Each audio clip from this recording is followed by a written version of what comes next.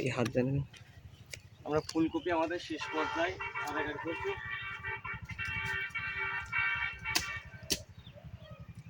আমাদের ফুলকপিগুলো শেষ পর্যায়ে, এরপরে পাতাকপি শুরু হবে, আর একদিন কাটা যাবে হয়তো। এখান থেকে পাতা ছাঁটাই হবে। তো আমাদের দেখতে পাচ্ছেন এই যে এদিকে আমাদের আরও পাতাকপি আছে, এদিকে আমাদের এই যে শসার কাজ চলছে, এদিকে মাছা দেওয়ার কাজ চলছে।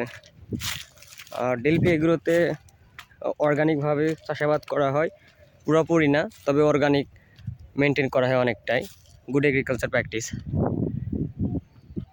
তো আমাদের আজকে এখানে শসাতে পানি দেওয়া চলছে, মাছার কাজ শুরু হবে শীঘ্রই। আর ওখান থেকে ট্যাঙ্কি থেকে আমাদের পানি আসে, রিজার্ভ পানি।